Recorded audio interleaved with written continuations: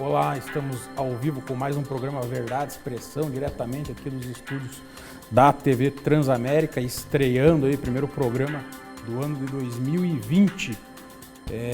Nós estamos ao vivo também pelo verdadeexpressão.com.br, nosso portal de notícias, e também pelas redes sociais, Facebook, YouTube e Instagram. Você pode participar conosco por essas redes sociais ou então pelo nosso WhatsApp, o 41 996133677. Destacando que esse ano é um ano eleitoral, vamos ter as eleições em todos os municípios do Brasil e já arrancamos aí esse ano com um debate, vamos tratar de um tema que é muito importante, que é a análise das eleições de 2020, qual o impacto das mudanças nas regras eleitorais e também analisar as principais candidaturas aqui em Curitiba e como que vai se compor esse quadro, como que vai reagir o governador do estado do Paraná, Ratinho Júnior, como que Bolsonaro vai se comportar aí nas eleições nacionais, essa história aí se ele vai conseguir homologar o partido Aliança pelo Brasil ou não. Então, para tratar desses vários assuntos, eu recebo aqui, primeiramente, o Juliano Zimmer, jornalista. Boa noite, Juliano, uma honra recebê-lo aqui. Boa noite, Rafael, os amigos da Transamérica. Mais uma vez agradeço pelo convite. E também recebo o doutor em ciência política, Leonardo Rocha. Até eu falei para tirar o doutor na minha nominação ali, porque eu não sou doutor, mas o Leonardo é sim doutor porque tem doutorado pela Universidade Federal do Paraná. Boa noite, Leonardo. Boa noite, Rafael. Boa noite, Juliano. Satisfação estar com vocês aqui. Vamos começar falando, então, em relação a essa questão, primeiramente, da alteração que nós tivemos das coligações na proporcional. Lembrando que há 4 anos atrás a gente tinha a possibilidade de ter aquela chapa com vários partidos e com uma quantidade certa. Cada partido podia colocar 3, 4 e se formava uma coligação, né? Hoje não, agora a regra eleitoral é que o partido tem que ter já os seus candidatos a vereador, não pode haver mais aquela união, a coligação entre as chapas. Isso daí está causando um debate muito grande, porque alguns apostam que nós vamos ter mais candidatos a vereadores, outros apostam que, como o partido tem que ter uma base, tem que ter, digamos assim, tem que estar sólido para lançar candidaturas, isso vai fazer com que muitas siglas acabem desaparecendo aí no decorrer desse processo. E esse ponto crucial vai ser até o começo de abril. Até o começo de abril a gente vai ter aí a definição de quem pode estar filiado ou não quem pode estar filiado ou não, quem é obrigado, quem quer correr a vereador, prefeito, tem que estar filiado a uma sigla partidária até início de abril. Então, gostaria de saber, Juliano, o que você acha? Você acha que essa alteração aí tende a aumentar o número de candidatos, as siglas partidárias, aquelas menores não vão aguentar o tranco e vão acabar assumindo? Qual que é a sua opinião? Então, Rafael, a gente vê que agora, a partir dessa mudança, vai ser feito um filtro político nos candidatos, isso é muito importante. Acho que vai impactar para 2022, começando a partir de agora, já nas escolhas dos candidatos para as eleições municipais, vai ter esse reflexo. E os partidos nanicos são os que mais sofrem. Logicamente, muitos digo que vão deixar de existir, mas vão ser meros coadjuvantes no processo eleitoral. Nós temos aí desde 2002, vou citar alguns exemplos, a gente sabe disso, mas sempre é bom lembrar, o eleitor sabe.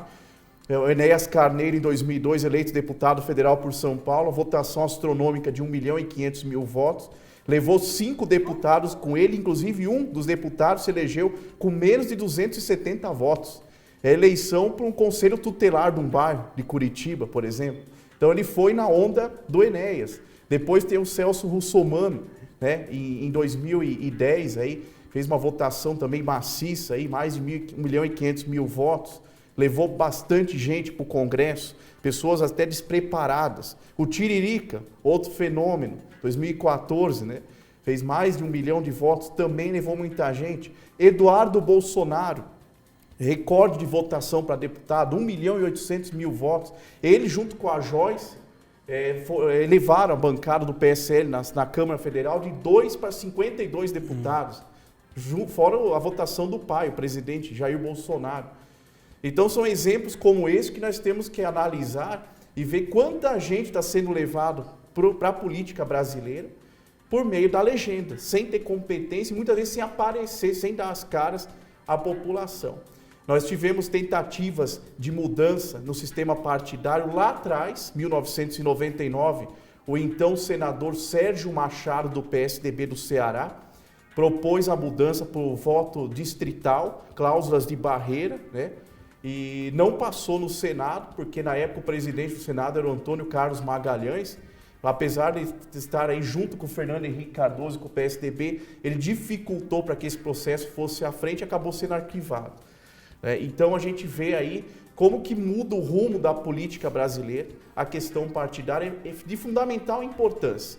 Aqui no Paraná, por exemplo, Ratinho Júnior, todas as votações que ele fez de 2002 a 2014 como parlamentar, votações astronômicas que levou aí muitas cadeiras para o seu lado na Assembleia. 2014, agora ele formou uma grande bancada de 12 deputados, juntando o PSC com o PSD, os dois partidos que ele comandou.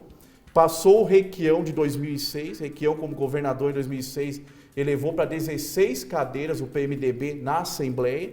O Ratinho bateu o Requião porque se aliou a dois partidos. Então isso acontece muito. Os partidos políticos se unem, muitas vezes a direita se une com a esquerda, visando o número de cadeiras na Câmara Federal, no Senado.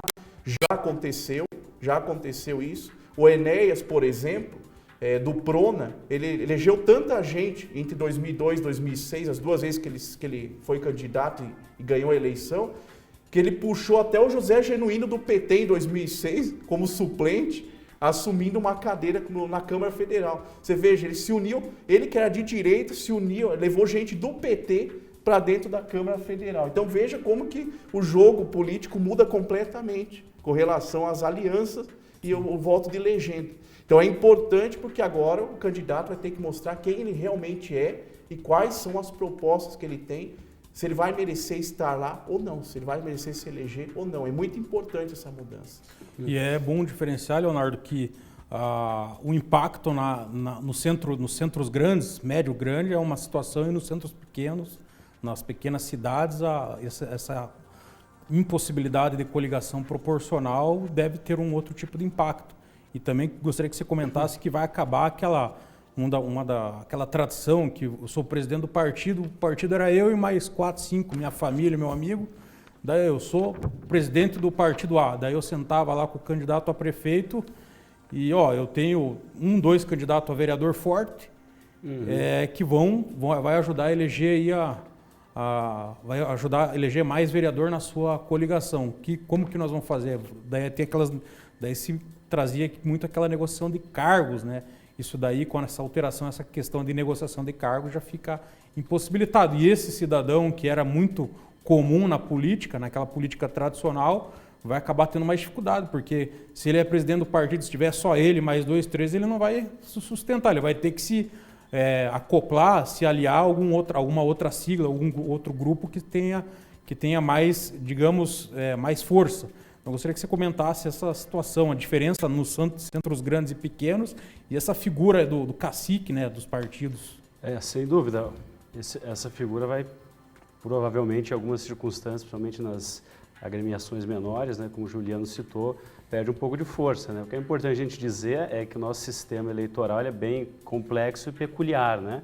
Então, uma parte dele, que é o sistema proporcional, lista aberta, até então com coligação, justamente que era o responsável por eleger aí deputados e vereadores, ele, enfim, tem essa questão de que ele, ao ser um sistema proporcional, ele tenta ampliar, né, pluralizar a representação, enfim, numa certa contraposição com o sistema majoritário, que regionalizaria mais justamente a questão dessa representação. Então, nesse tipo de sistema, como vocês estão comentando aqui, né, os partidos ao permitir coligação, no caso, as coligações apresentam listas, né? E o indivíduo vota nessa lista. Como a lista é aberta, ele tem a condição de votar num dos nomes que foi posto pela lista, né? Então você vota no indivíduo. Então, então você vê como começa a ficar um pouco complexo. Juridicamente, o mandato do partido, o cidadão vota geralmente de uma forma personalista, né, no indivíduo, e no fim o voto vai para a lista da coligação, né? Então o que acontece?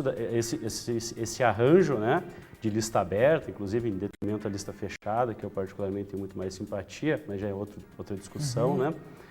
Ela tem uma série de consequências que vocês têm tratado aqui, né? Uma delas é justamente isso, você precisa, sobretudo aqui no Brasil, quando você tem alguma dessas agremiações partidárias que tem essas figuras aí tradicionais de indivíduos que possuem algum tipo de votação, você tem a tendência a construir a coligação de modo a, né, enfim, puxar voto para a coligação como um todo, alcançar o chamado coeficiente eleitoral. E até por isso que você tem aquele incentivo muito grande para que os indivíduos sejam candidatos. Então, o presidente do partido chega lá e fala, não, vem aqui, você vai ser candidato, te ajudo e tudo mais.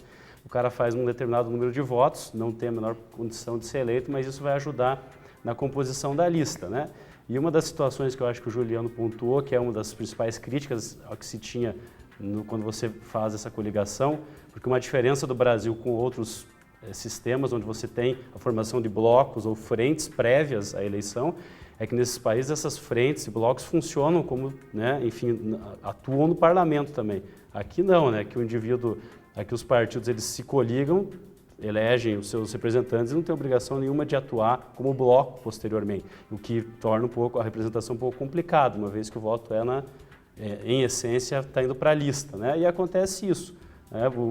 A pessoa vota, então fica um pouco difícil do eleitor compreender como que, né, ele vota em determinado indivíduo e ele acaba ajudando a eleger outro, né? Ou, de certa maneira, ele infla a votação, como já os vários exemplos que o Juliano citou aqui, e acaba trazendo outras pessoas que não são nem necessariamente do mesmo partido. E aí, como também já apontou o Juliano, tendo em vista uma certa fraqueza ideológica, institucional de uma série de partidos que a gente tem aqui no Brasil, você tem coligações desse tipo, né? Então, o cidadão vota num partido de determinado parte do espectro político e elege de outro, né? Então, essas são as consequências. Ao você não permitir mais a coligação, você começa a enfraquecer, sobretudo, os partidos fisiológicos, porque existem partidos pequenos, tradicionais, que às vezes também não estão nem preocupados com o êxito eleitoral, ou às vezes tem uma dificuldade maior, mas tem um certo grau de institucionalização e de história, tendência ideológica, e a gente tem os partidos fisiológicos que servem para atender esses interesses pessoais, né, como você tem colocado. E sem dúvida nenhuma, à medida em que você restringe a existência da lista no período eleitoral, essa capacidade de negociação que o indivíduo tinha por ser presidente de um partido vai começar a decair de uma forma muito mais súbita, então, né? Então ele tem 2 cara bom de voto lá. 2 ele não vai. O que ele vai fazer? Ele vai ter que lançar uma lista própria. E isso, sem dúvida nenhuma, também fortalece um pouco mais os partidos, que é fundamental, a gente pode discutir depois, né, para a democracia representativa. Né? Não existe democracia representativa sem partidos. Quanto mais institucionalizados os partidos, mais institucionalizada é a democracia. E você também pode, né, uma possibilidade, você pode elevar o debate na eleição proporcional. A eleição proporcional fica muito no clientelismo, né? Eu vou votar no cara que eu conheço, no amigo, não sei o que lá, e você não tem um debate, o que o partido, ou aquela coligação, ou quem quer que seja, tem como projeto de país, de estado, de cidade, e, portanto, vai atuar de certa maneira no parlamento.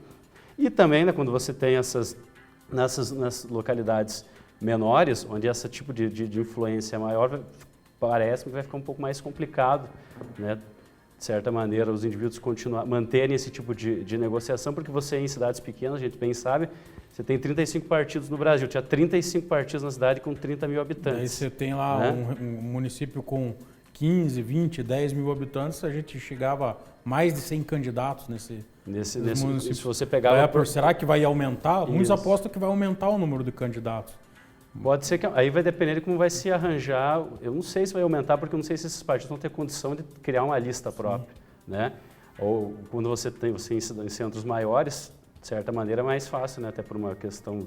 Me parece, por exemplo, Curitiba, até para trazer um debate mais, digamos assim, no plano mais prático, Curitiba, pelo que a gente vê, a gente vai ter vários e vários candidatos a vereadores e vamos ter mais candidatos a prefeito, né? Porque os partidos vão se obrigar para sobreviverem, né? Porque daí já é uma questão da sobrevivência e também por ser uma população muito maior, a tendência é que tenha vários candidatos a vereadores e cada um desses partidos lancem candidato a prefeito. Para ter visibilidade. Ninguém vai força, querer ser né? vice, você fazer uma chapa de vereadores e ser vice e apoiar uma outra candidatura majoritária. Me parece que já sai enfraquecido. Sim. E já num centro menor, me parece que é mais complicado essa conta aí, né? O que pode acontecer é que nesses centros menores você realmente, pela impossibilidade do indivíduo lançar listas, você tem um número maior de coligações na majoritária e até diminui o número de partidos que lancem listas na proporcional.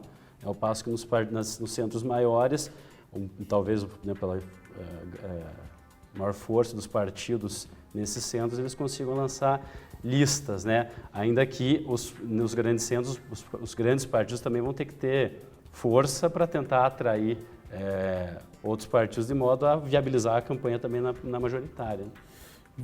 Qual é a sua opinião, Juliano? Você acha que vamos ter mais candidatos na majoritária, nos centros maiores e pequenos e na proporcional? Como que você acha que vai ficar essa Eu conta? acho que vai ter um número... Eu acho que essa questão do número de candidatos talvez fique mais ou menos... Não vai ter tanta diferença, mas o que eu vejo que é importante é a qualificação do candidato.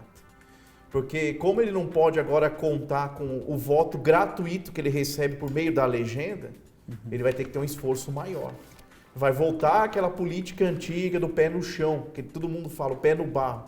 Ele vai ter que ir para a rua, ele vai ter que conversar com as pessoas, vai ter que ter uma plataforma para apresentar para os eleitores, tanto o prefeito quanto o vereador.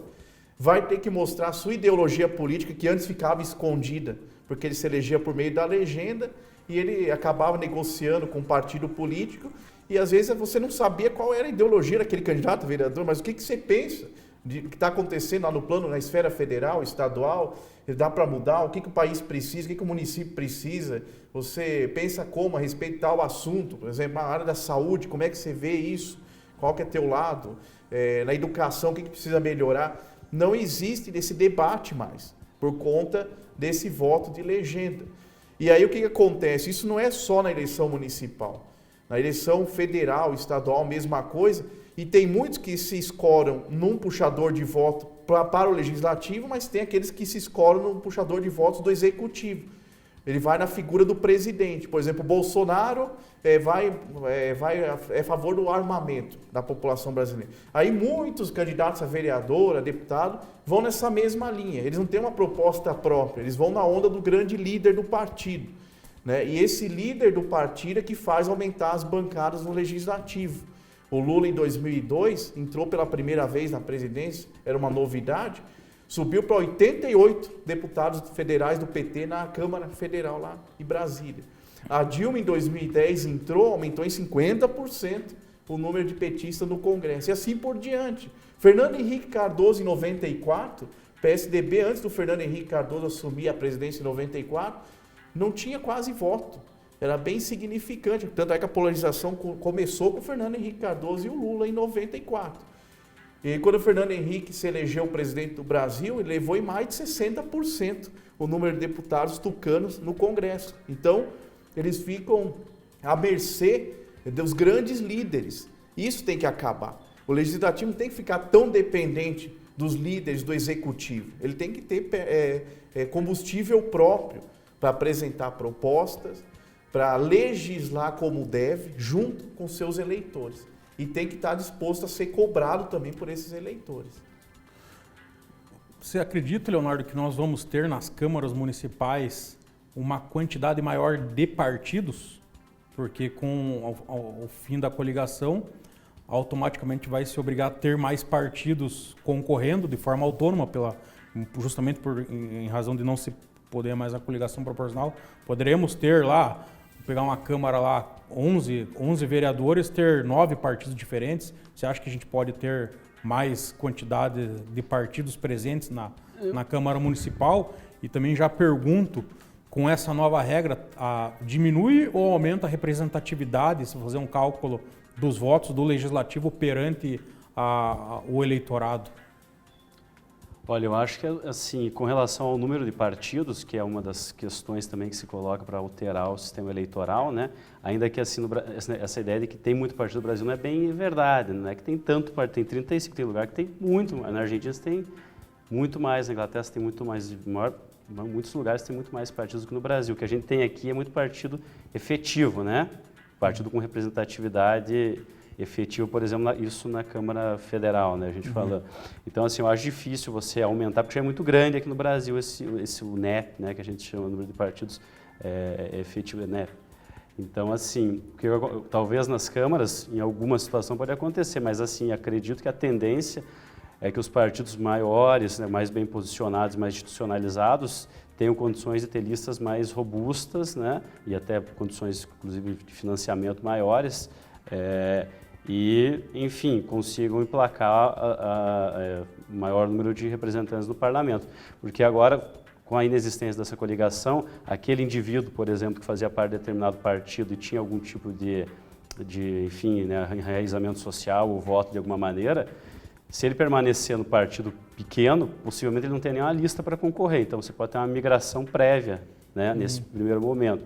E, por outro lado, mesmo que ele tenha seja feita uma lista de um partido um pouco menor, a condição do indivíduo se eleger por meio de uma lista de um partido menor tende a ser menor, não tem como a gente afirmar, do que num partido maior, porque por mais que você impediu as coligações, mesmo o indivíduo ainda pode ser eleito com uma baixa votação. Sim. Só que agora a lista é só do partido. Se um candidato, o Ratinho Júnior, Francisquini, quem quer que seja, a Gleisi fizer 500 mil votos na próxima eleição, ela vai eleger pessoas com poucos votos, só que só dentro do partido. Só que é bom lembrar que o candidato tem que ter no mínimo 10%. Tem que ter uma porcentagem mais baixa, que também se alterou, né, em virtude de algumas experiências que o Juliano pontuou. Então, assim... 10% do coeficiente. Do coeficiente eleitoral, porque senão o cara é eleito com um voto de conselho tutelar, como o Juliano colocou. Então, mas, enfim, o que não quer dizer que seja uma votação tão expressiva assim. Mas, pelo menos, você inviabiliza uma discrepância, às vezes ideológica, até de posicionamento, quando o indivíduo é eleito com o voto de um candidato, enfim, proveniente de um partido completamente aleatório. Agora você tem uma lista apenas do partido. Então, eu acho que a tendência é você até reduzir, inclusive até previamente, a gente já está tendo fusões, né, possíveis fusões, e até posteriormente a esse período eleitoral, você tem até uma diminuição da existência até das instituições partidárias. E eu acredito que haja uma diminuição também, mas isso, né, a gente imagina por conta desses fatos, do número de partidos com representatividade parlamentar nas câmaras e posteriormente nas assembleias e no Congresso. Uma outra questão é que até abril, começo de abril, nós temos aquela situação, vamos dizer, o prefeito quer puxar os maiores puxadores de voto, pegar os melhores candidatos, né? Pode ser que na virada dessa janela, a gente pode ver muito candidato arrependido, porque ele pode entrar, de repente, num partido que tenha 5, 6 caras com potencial de se tornar vereador, mas aquele partido não tem bala na agulha para eleger 5, 6, é 3, 4. Esse cálculo e essas negociações aí, porque a gente tem acompanhado muito, e a gente já viu teoria de tudo que é lado do que pode acontecer aí, principalmente em relação a esses donos de partido, que eles vão ter que migrar para algum partido que seja competitivo e dê condições dele se eleger. Mas, por outro lado, se ele for para um partido que é muito forte, tem cara mais forte que ele e que tenha potencial limitado de eleição, ele também pode dançar nesse jogo. Como que você acha que vai agir esse tratado entre os prefeitos, os pré-candidatos a prefeito e esses candidatos a vereadores mais fortes aí? Vai ficar difícil, por exemplo, uma pessoa que quiser um candidato novo, né? Uma pessoa que nunca disputou um cargo político, ele quer entrar, por exemplo, no PSDB. PSDB tem nomes cardeais fortíssimos, com nomes conservadores da política. Então, como é que o presidente do partido PSDB vai conseguir dar uma expectativa maior para esse candidato novo que está chegando? Então vai ficar complicado, favorece os bons de voto, né? Vai favorecer aqueles que já estão no partido, que tem uma votação maciça, expressiva, e na verdade os novos que estão chegando agora, Eles vão ter que tentar inventar, se reinventar, trazer um sistema moderno da política, usar as redes sociais, que hoje é uma arma poderosa nas eleições. Nós temos como exemplo o nosso presidente Jair Bolsonaro, com custo baixíssimo, ele usou as redes sociais e acabou vencendo as eleições, derrubando os grandes candidatos antigos, né, nas disputas presidenciais. E aquela questão, muita gente vê a reforma política como uma solução até para a corrupção do país. A gente tem como exemplo na Itália, saindo um pouco do nosso território aqui brasileiro, na Itália em 93, o presidente era o Oscar Luigi. O povo estava descontente com o sistema eleitoral da Itália. Aí o povo fez um referendo, os italianos se uniram e fizeram um referendo para mudar o sistema eleitoral da Itália, com um voto misto, distrital, quiseram fazer várias mudanças. Não deu certo, eles acharam que aquilo ia solucionar o problema de corrupção, o desequilíbrio político do país. Eles só fizeram ajudar o magnata do poder na época, o Silvio Berlusconi. Aí o Silvio Berlusconi era contra esse referendo, usou isso em campanha eleitoral e se elegeu presidente da Itália. Então você veja que às vezes a reforma política ela cria uma expectativa de melhora no quadro eleitoral, mas muitas vezes piora a situação. Aí você vai, com essa questão da mudança das coligações, de repente a gente acha que vai melhorar, vai inovar a política, e não, é o contrário. Vai beneficiar quem já tem uma votação massiva. Os que estão entrando agora vão ter muita dificuldade, primeiro, de escolher o partido que vão entrar. E se eles vão para o partido pequeno, não tem mais voto de coligação. Né? E ele é novo, ninguém conhece, ele está entrando na política agora, vai ser difícil angariar voto com o próprio esforço. Se ele vai para um partido grande, tem os caciques lá, bons de voto dentro do partido, que vão barrar qualquer possibilidade de se eleger. Então, olha só a situação. Na verdade, os caciques vão brigar entre eles. Vão brigar entre eles. Uhum. Então, olha a dificuldade que vai ser para os novatos na política. Eu vejo por esse lado. Então, não vai ser uma mudança que vai beneficiar isso. Talvez no futuro, mas de cara, agora, nesse momento, a gente vai acabar permanecendo tudo como está. Né? Pior do que está, não fica. Nem o Tirica falava. Então, aí permaneceu as raposas velhas da política, infelizmente. Vamos para as notícias da semana com o nosso jornalista Pedro Lima. Boa noite, Pedro Lima, é com você.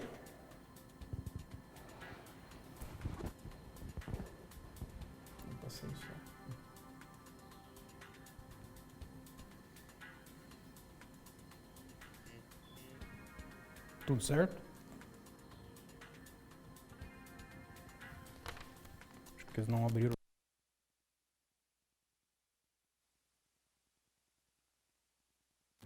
Isso.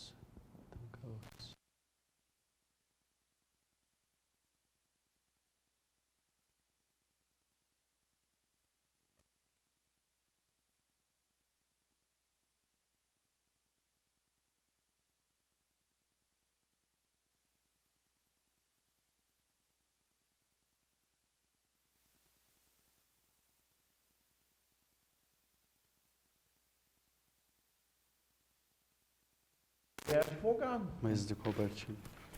Tá bom. Tivemos um pequeno problema técnico aqui na chamada das notícias da semana. Fica para um próximo momento aí, então vamos seguir aqui o nosso debate. Primeiro eu quero dar um abraço aqui no nosso grande advogado e amigo Mesael Caetano, que está nos assistindo, que começou um programa no último sábado, na Rádio Cultura AM 930, programa Direito e Cidadania, às 9 horas da manhã, todo sábado. Então, convido a vocês a acompanhar todo sábado o programa do nosso amigo Mesael Caetano. Dando sequência aqui, então, Leonardo, eu acho que já falamos bastante aqui da parte das coligações.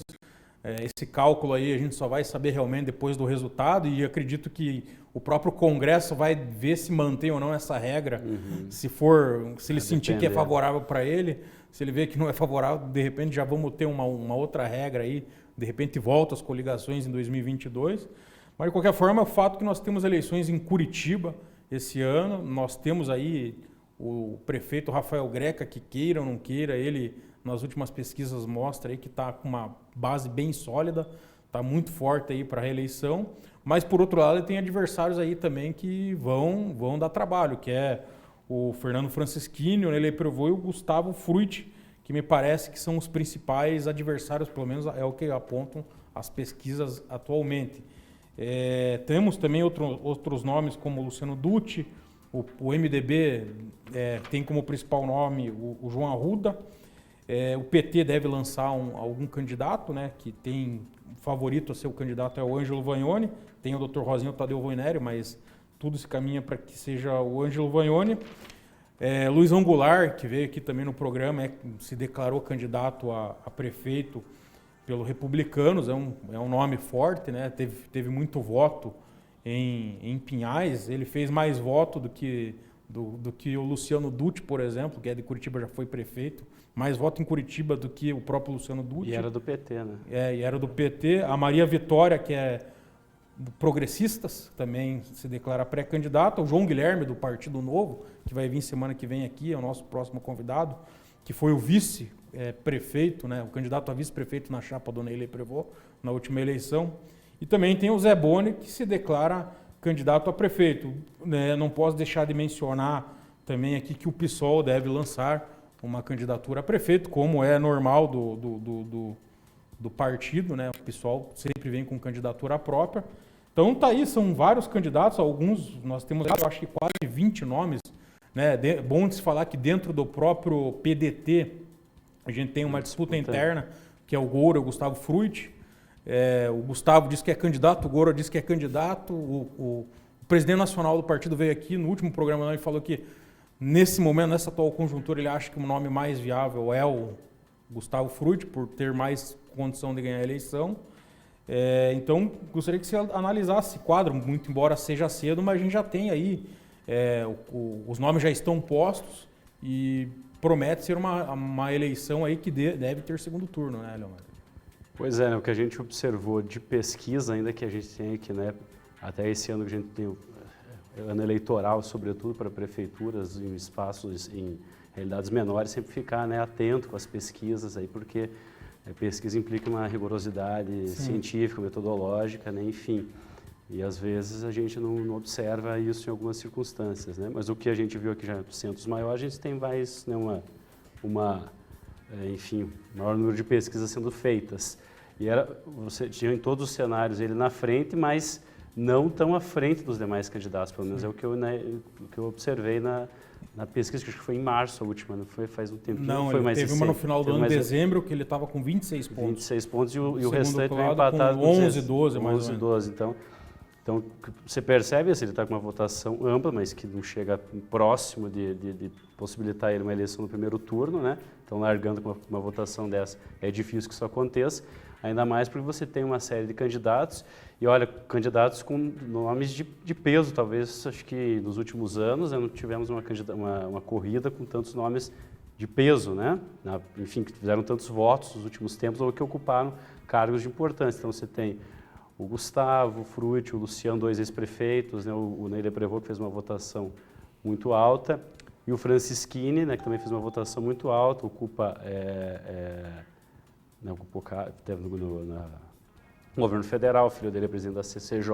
Ele é presidente da CCJ aqui, presidente da CCJ aqui, então você tem nomes bastante robustos aí nesse momento, sem contar partidos que certamente vão fazer uma votação significativa, por exemplo, o PT, querendo ou não, 5%, 4% pode fazer, o MDB certamente fará uma votação. O Partido Novo pode crescer muito. O Partido Novo, eu não sabia que ele foi vice mas ele era do João Partido Guilherme, Novo? Partido Novo. Mas já era pelo Partido Novo? Não, ele era pelo PSD, daí ele ajudou a formar o Novo e vai vir aqui semana que vem, vai falar bastante aí.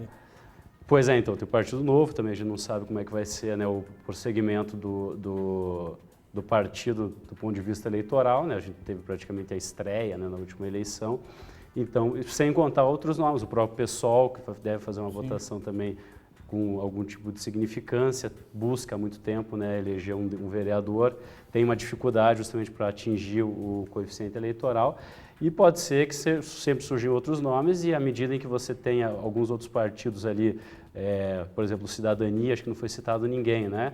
que se ele tiver uma lista própria, possivelmente ele tem um candidato, né? Enfim, então esses partidos médios, de médios para grandes, vamos dizer assim, podem também trazer outros nomes. Aí vai ser quem vai ter a capacidade de conseguir articular coligações, né? E, por consequência, lideranças nesse cenário adverso para realizar a coligação, porque isso implica em tempo de TV, que ele deve guardar sua importância, financiamento, né? Conquista de recursos para a campanha, tudo isso, angariar lideranças implica nessa questão que é fundamental para o processo eleitoral. Então, assim, o que a gente também observa é que tem candidatos ali que estão próximos, se é que é possível dizer isso, no espectro político, ou pelo menos partidário, né? Então, vai ter uma disputa de apoios, enfim, do governo federal, do governo estadual, em que medida que, né, acho que a gente vai discutir sobre isso, o governo federal e estadual tem peso, né, para influenciar no voto hoje em dia, mas o que a gente observa é isso, né? Você tem uma distância, você tem o prefeito sai com uma boa votação, mas não suficiente no primeiro momento para atingir a eleição no primeiro turno. Tem uma série de outros candidatos, alguns deles que estão em posições próximas dentro do espectro político, pelo menos até então, e que estão disputando, né, de forma próxima essa possível vaga no segundo turno, e uma série de outros candidatos que devem fazer algum tipo de votação significante. Então, e é bom deixar claro que esses nomes aqui, provavelmente, não vão ser todos. Todos, e pode ter mais, pode ter outros. Né, pode ter outros nomes. Mas, por exemplo, só retificando que o João Guilherme era do PSC, não do PSD, né, quando ele foi candidato a vice pelo PSC, e o Ney Leprevaux pelo PSD, o candidato a prefeito em 2016. Mas, por exemplo, vamos falar aqui, Juliano, Fernando Francischini, tentar falar dos candidatos mais competitivos aí. O Rafael Greca, a gente sabe que está aí, deve sair com o maior número de partidos em volta dele, né, por ser o prefeito. O Francischini, você acredita nesse jogo aí com o Ney Leprevaux? Né? O Ney Leprevaux é do PSD, secretário da Família e Cidadania aí da Justiça e Cidadania e do Trabalho no Estado, com o Ratinho. E o Francischini é presidente da CCJ na Assembleia, tem cargos indicados pelo Ratinho, inclusive a própria esposa que deu o que falar aí, porque ela tem um cargo na Celepar, houve até uma crítica em relação a isso.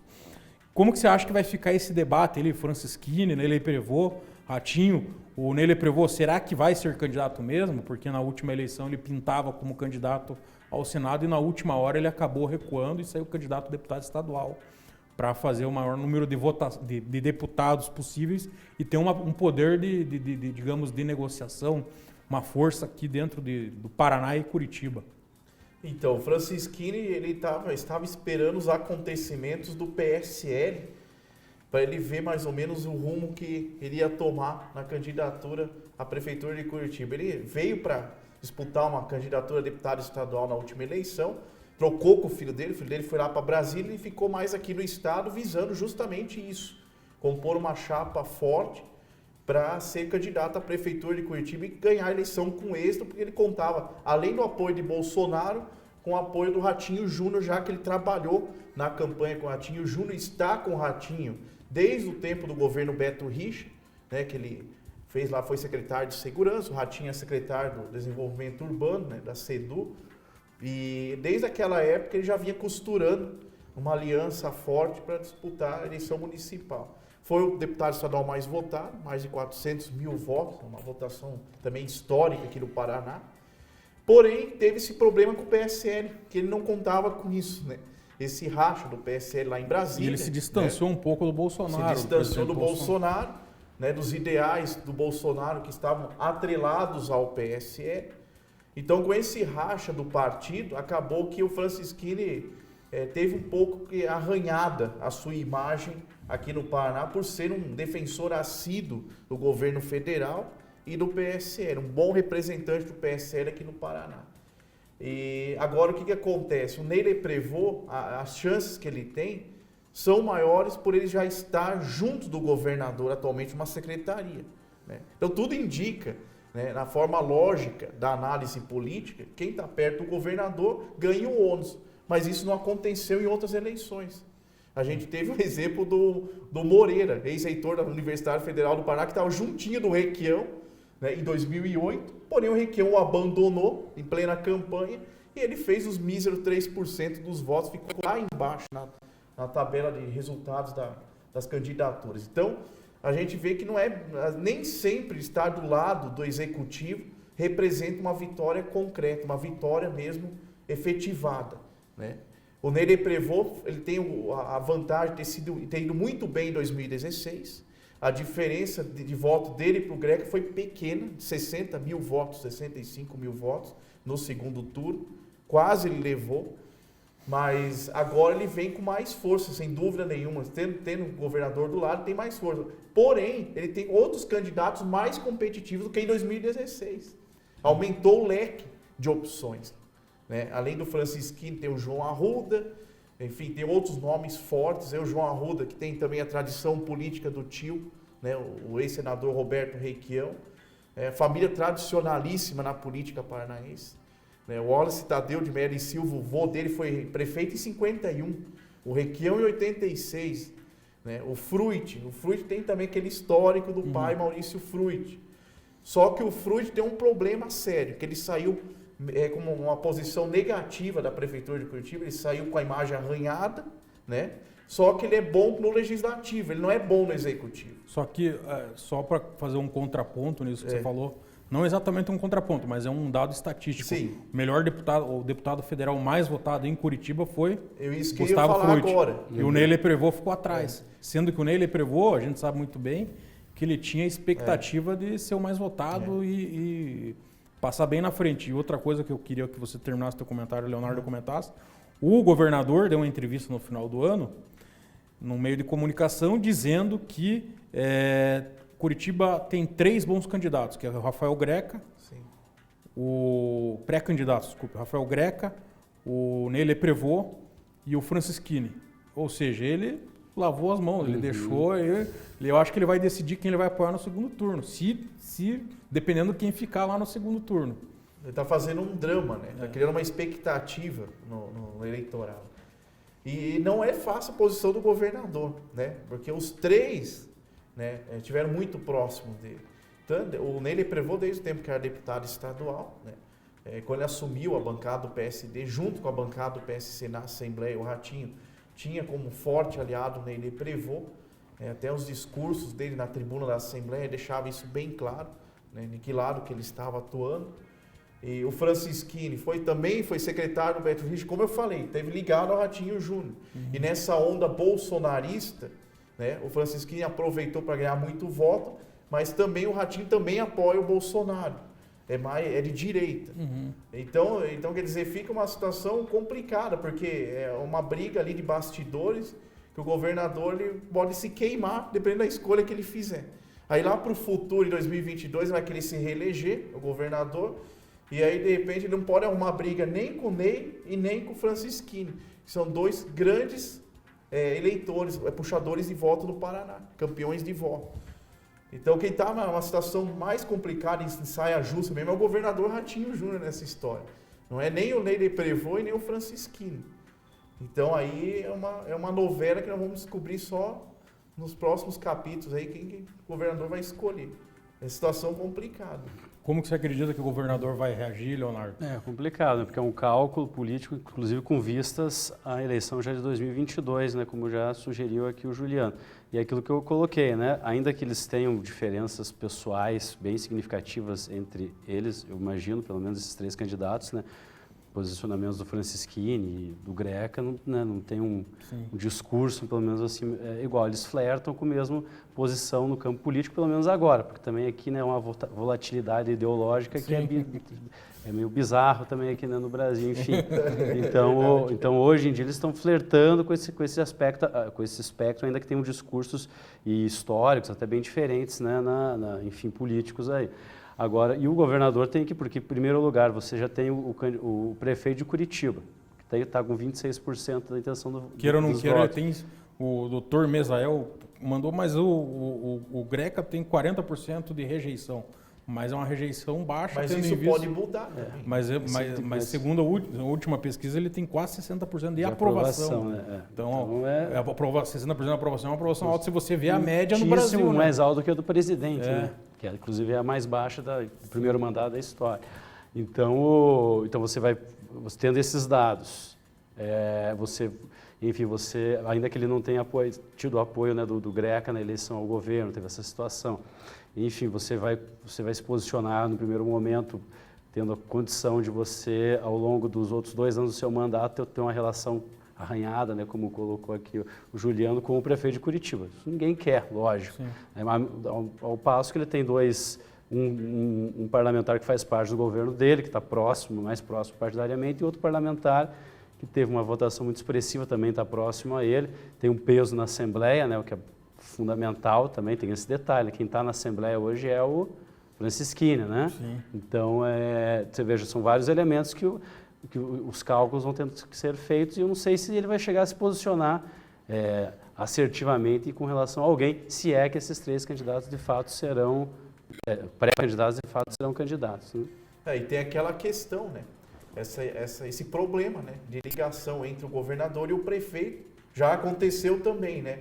O Beto Richa teve problema com o Gustavo Fruit aqui em Curitiba, né? Tanto é que isso refletiu na situação do transporte coletivo, aquela questão da contrapartida do governo, o subsídio para a tarifa do transporte coletivo. Quem que sobrou para quem? Sobrou para a população, mais uma vez. A briga entre o governador e o prefeito. Agora não é diferente, tanto é que quando o Ratinho Júnior se elegeu governador, o Greca falou que ele não passava de um piazão, né? Então, quer dizer, é uma frase que marcante, é uma falta de respeito, eu acho, do prefeito, falar isso do governador por ele ser jovem, chamar ele de piazão, né?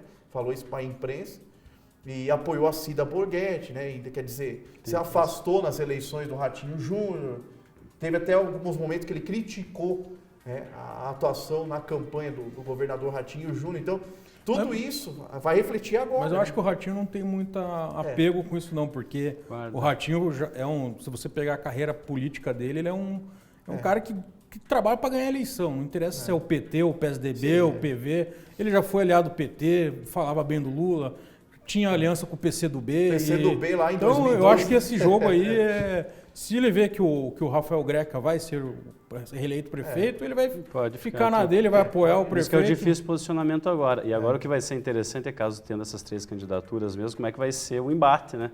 Porque qual vai ser a crítica, vai ser... Acredito que o único que ele não tem em proximidade é o Gustavo Frutti, por razões óbvias, por ser um partido mais para a esquerda e também por ser um adversário político dele, que o derrotou em 2012. E o João Arruda, que sempre foi, né? É que o João Arruda, na verdade, você tem um plano mais estadual, né? Que pode ser um adversário dele a nível estadual, né? Agora, eles têm um discurso de oposição mais claro, né? Agora, qual é que vai ser o discurso, por exemplo, do Nélé Prévost e do Francisquini, no sentido da construção da oposição à gestão atual, né? Haja vista tudo isso que a gente colocou. E até por isso que o Gustavo, estando com a votação quase igual, né? com a possibilidade de votação quase igual a deles nessa mensuração feita pela pesquisa, e com uma excelente votação que ele fez para deputado, e, como foi colocado aqui também, a atuação parlamentar dele, que sempre é de destaque, ele tem uma chance muito grande de crescer nessa contraponto. E essa discussão interna do PDT, como que você acha que vai se dar? Gustavo, Frutti, Goura, como que você acha? Eu acho que assim, o Goura, ele emergiu, né, ele está ascendendo, vamos dizer assim, de uma forma muito rápida, né, e com uma base bastante forte. Agora, o que pesa, acho que contra o Goura hoje é, primeiro, né, esses índices, ele tem um índice muito mais baixo do que o Gustavo, o que é absolutamente normal, né? E ele tem uma votação talvez um pouco segmentada, não sei se eu consigo fazer entender, ele tem pautas muito específicas que às vezes você tem mais sucesso em eleições proporcionais do que em eleições majoritárias. Mas ele tem feito um trabalho muito interessante, né, na Assembleia, é um dos deputados de maior destaque, sem dúvida nenhuma. Não sei se agora, para esse momento, ele teria condições de internamente conseguir o apoio do partido para disputar, né, por essas questões. Por ele ter chegado agora na Assembleia, né, por ele ter uma carreira muito mais curta que a do Gustavo. O Gustavo já foi prefeito, já foi deputado federal, tem a tradição do pai, que foi ex-prefeito, então talvez nesse momento não, mas assim eu vejo que ele ascende de modo a, enfim, tem possibilidade de ser um deputado federal. Em momentos futuros ser uma figura de destaque, porque vem crescendo e tem feito um trabalho bastante interessante na Assembleia. O Reinaldo Rocha, nosso amigo aqui, lembra que tem o Thiago Chamuleira e o Ogê Buch também como pré-candidatos. A gente não pode deixar de mencionar que nós mencionamos todos aqui. Mas de qual partido que é esse último? O Ogê Buch disse que vai ser pelo Aliança, mas o Aliança não sei se vai dar tempo hábil. Mas o outro? O Thiago Chamuleira, eu não lembro o partido, se puderem... Por enquanto, independente. Ele está independente, está sem partido. Independente. Inclusive, tem um conhecido, né, que é muito próximo do Thiago. Ele é muito ligado à área jurídica, né, um advogado, e ele é contra toda a questão do fundo eleitoral. Ele quer fazer Está no Patriota, o nosso jornalista informou agora. Patriota. Então, ele quer ser mais independente. A proposta do Thiago é fazer uma candidatura totalmente diferente de todas. Ele é aquele que contesta tudo que está acontecendo no Brasil hoje, as decisões, enfim, na esfera federal, estadual. E é jovem, um rapaz assim, que está querendo buscar uma carreira política no executivo, né? E vai defender mais os ideais da juventude mesmo, né? Mas é um nome aí que está à disposição, que não pode ser desprezado também, né? Às vezes a gente olha para um candidato pequenininho lá, que está bem atrás dos grandes, e de repente ele começa a fazer um trabalho aí de boca a boca, redes sociais, e vai acendendo. Então a gente não pode prever isso, que agora está lá embaixo, vai ficar lá e não vai acender. Ele é do partido Daciolo, que fez bastante barulho na última vez. Daciolo. E que pode ser o partido que o Bolsonaro já declarou que utilize para, caso a Aliança pelo Brasil não tenha homologação do TSE até abril, o Bolsonaro utiliza esse partido para lançar os candidatos dele, né?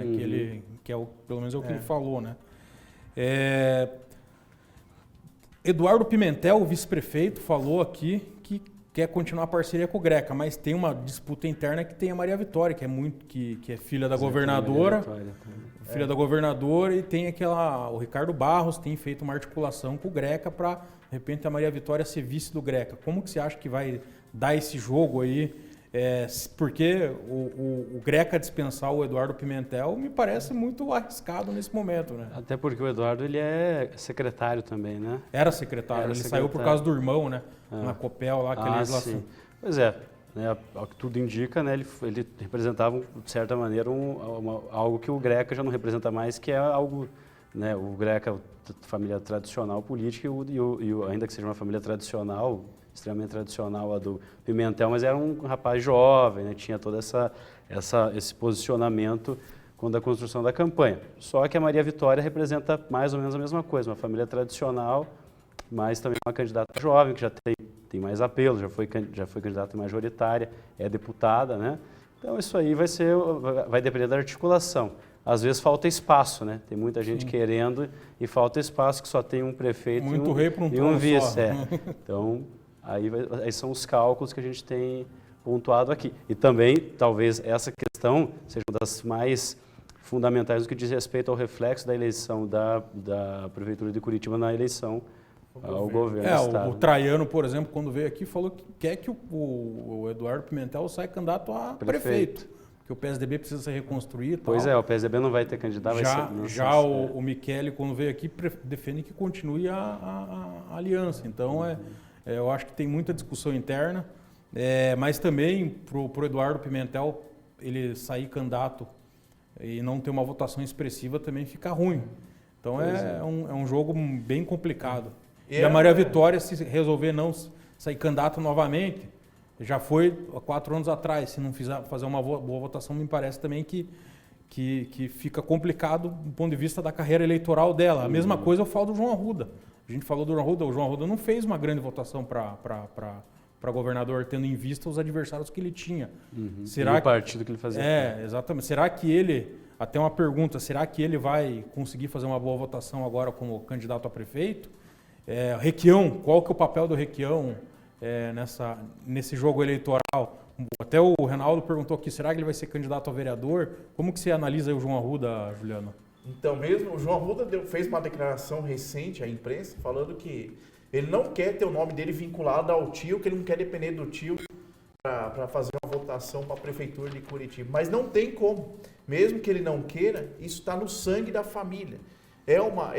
São gerações da família Requião, junto com a família Arruda, que resultaram, né, em vários mandatos aí do Requião, da família do Requião, gente ligada ao Requião. Então não tem como você descolar da tua reputação familiar, né? Mesmo que ele não queira pedir ajuda para o Requião, a população sabe que ele é sobrinho do Requião e sabe da história política da família Requião. E o João Arruda é meio parecido a situação com o Gustavo Frutti. Eu coloco os dois no mesmo barco. Por quê? Os dois vão muito bem no legislativo. O João Arruda se elegeu várias vezes deputado, sempre tem uma votação expressiva para deputado federal dentro do PMDB, assim como o Gustavo Frutti. O Gustavo Frutti foi campeão de votos para deputado federal em 2006, 210 mil votos. Na época ficou em primeiro lugar. Quase levou para o Senado em 2010, por pouco, hein? Diferença de menos de 200 mil votos, ele não passava o Requião. Então, quer dizer, eu acho que o político ele tem que ter a percepção da onde ele está pisando, onde está concorrendo, para não se queimar. Se você tem votos no legislativo, permaneça no legislativo, né? Não adianta você querer disputar com gente que tem experiência no executivo e ter essa votação que o João Arruda teve para governador. Foi uma votação muito baixa. Assim como o Alckmin foi muito mal para presidente. Então, eu acho que eles têm que, primeiro de tudo, analisar se o Gustavo ainda tem chance por ter já sido prefeito de Curitiba.